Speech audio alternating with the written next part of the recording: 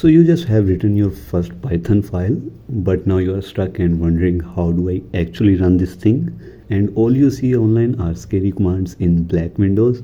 So don't worry, I've got you.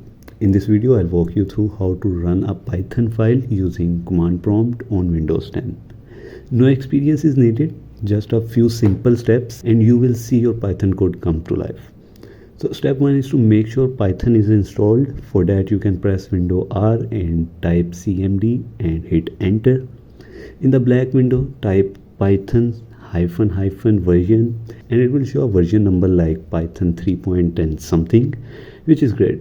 And if it doesn't, then you can download Python from python.org, run the installer and make sure you check the box that says add Python to path before clicking install.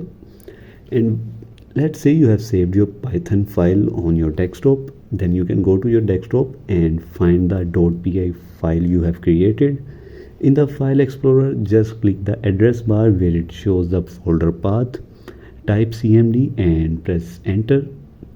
This command opens CMD directly in that folder. In quant you can type Python then file name .py. You can replace file name with the actual file name and then hit enter and your Python script will run.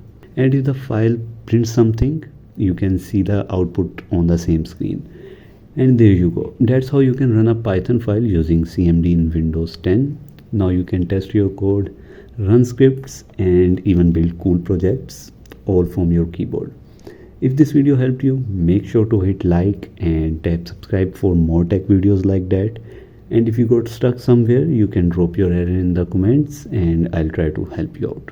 Thanks for watching and see you in the next one.